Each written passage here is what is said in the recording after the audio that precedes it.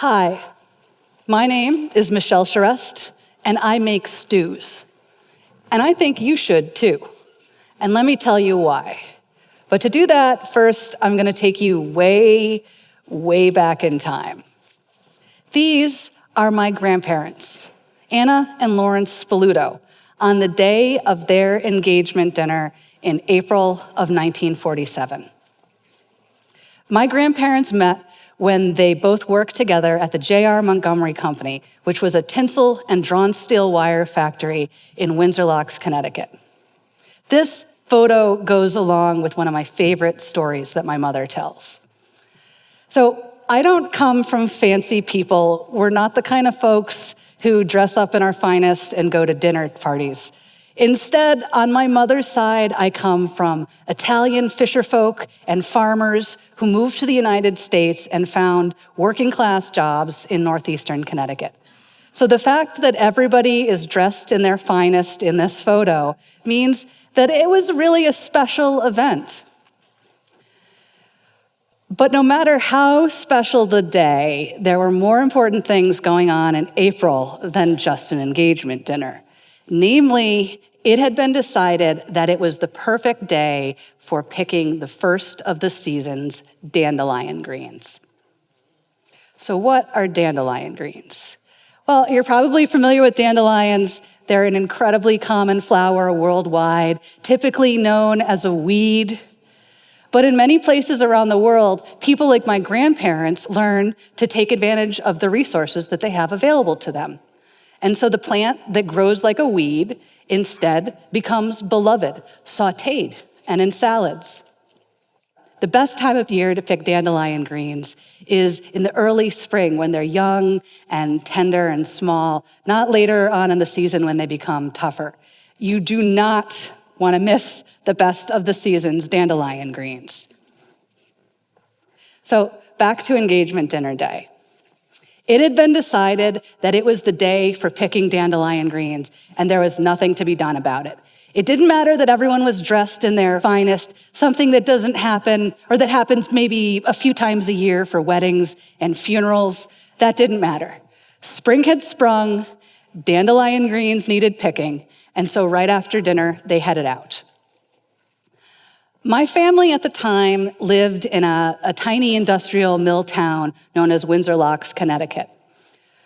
Although it would eventually have a decent immigrant, especially Italian immigrant population, in 1947, it really was not the place where you could go down to the local grocery store and find ethnic foods. So my family would have had to forage for their own exotic Italian plant delicacies. Windsor Locks was also fairly densely settled, which means there wasn't a lot in the way of natural spaces. It's not the most obvious place for foraging for food. But my family was determined, and they found a spot, the best spot for harvesting dandelion greens. We weren't going to just lose our tradition because an American mill town wasn't the place for Italian salad greens.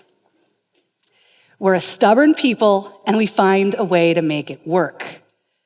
Just like you make it work when it's dandelion picking day and it's the day of your engagement party. You roll up your sleeves and you make the best of it. And so my family has been rolling up our sleeves on this same spot for generations, though honestly, it has been a few decades. But my mother went out and gathered dandelion greens on this spot with her grandparents and her parents. And my sister and I went out and we gathered dandelion greens on the same spot with my grandparents. And in doing so, we got to be a part of something that was a way of life in Windsor Locks, in our family, for generations. So speaking of my sister, when my sister Jessica and I were little kids, one of our absolute favorite things to do was a type of make-believe that we called stew. And at the time, or looking back now, I can see that really all we were trying to do is sort of make a sense of what we could even do with all of the amazing, magical supplies that nature was providing for us. One of my absolute favorite ingredients was also one of the rarer ingredients to find, and that was skunk cabbage buds. So what are skunk cabbage buds? Well, skunk cabbage is this cool plant that has this really cool thermogenic ability, which means that it actually has the ability to generate its own heat, which means that it is one of the first plants that can emerge again in the spring after the cold months of winter.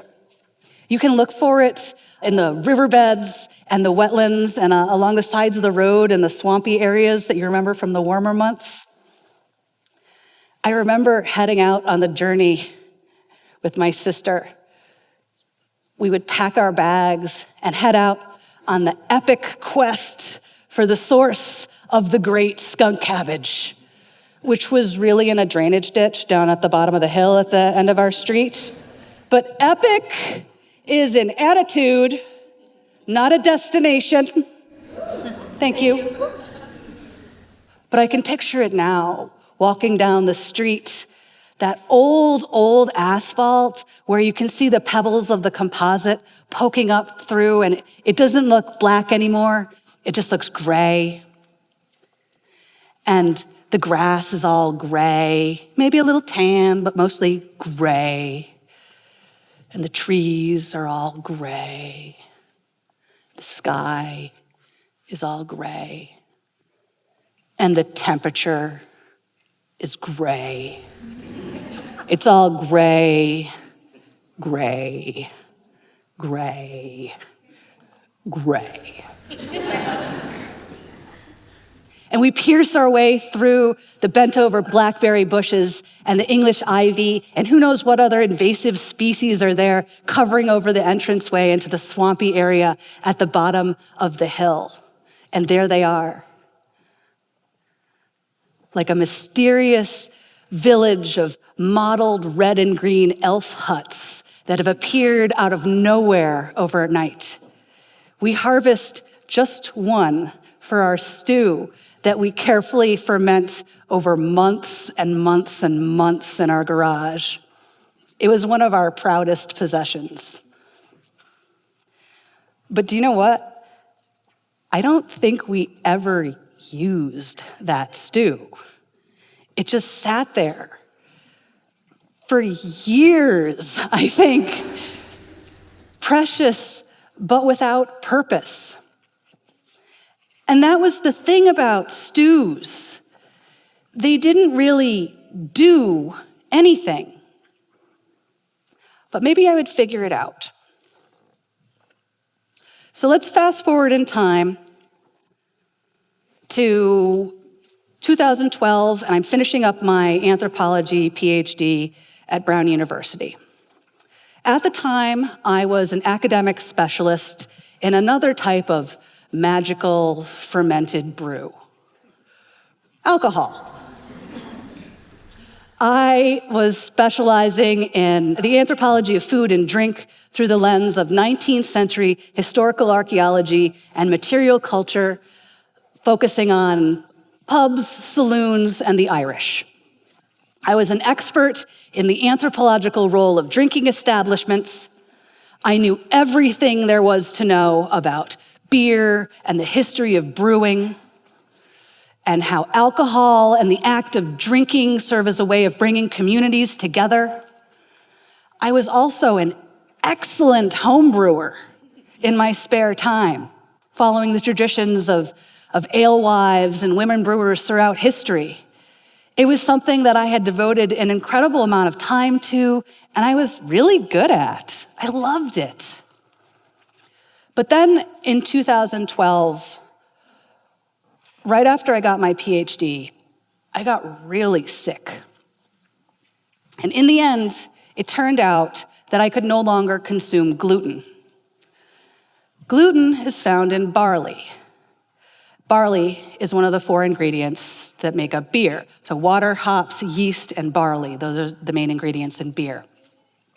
So suddenly, I was wildly allergic to not only the subject matter of my dissertation and my entire academic career, but also my primary hobby.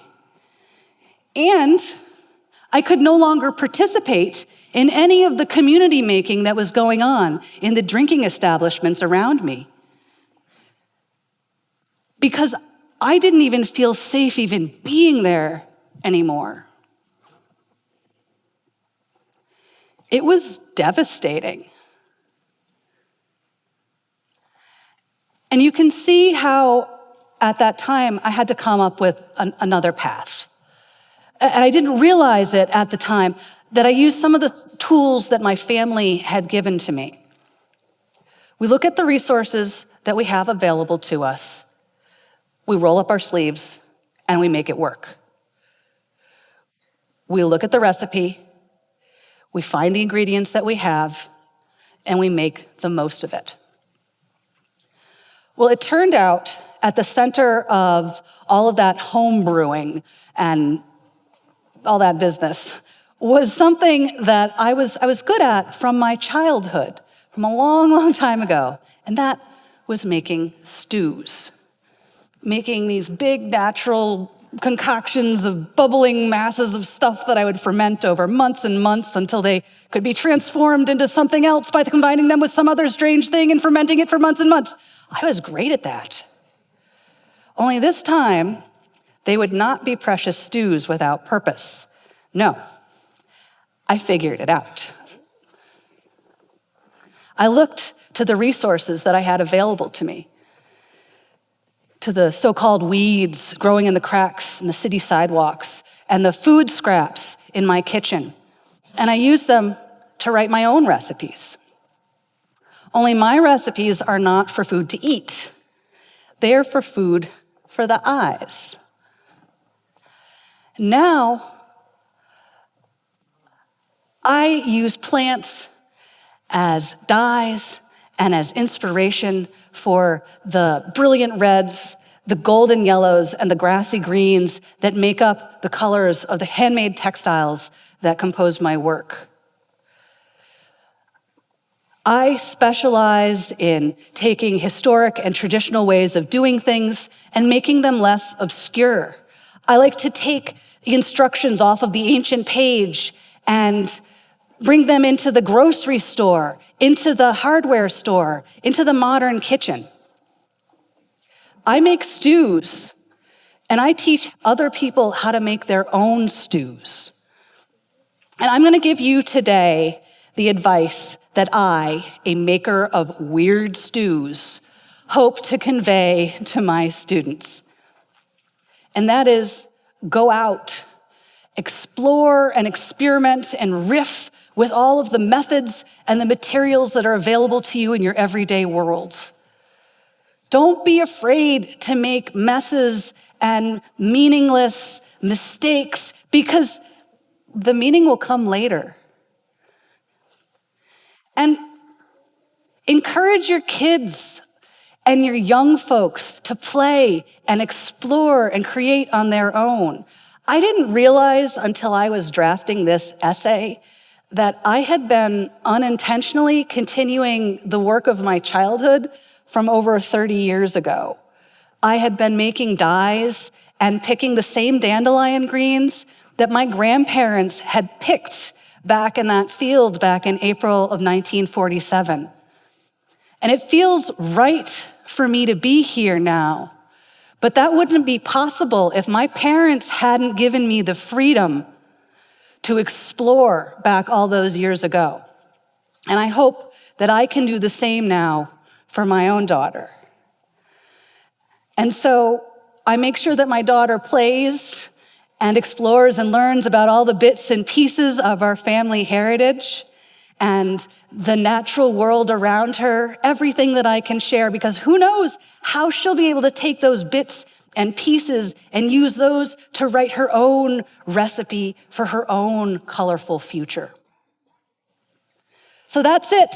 That's my advice as a mother to a daughter, as a professor to her students, and as a speaker to you today, my audience. Go out, Explore, take advantage of the resources available to you. See the dandelions as more than weeds.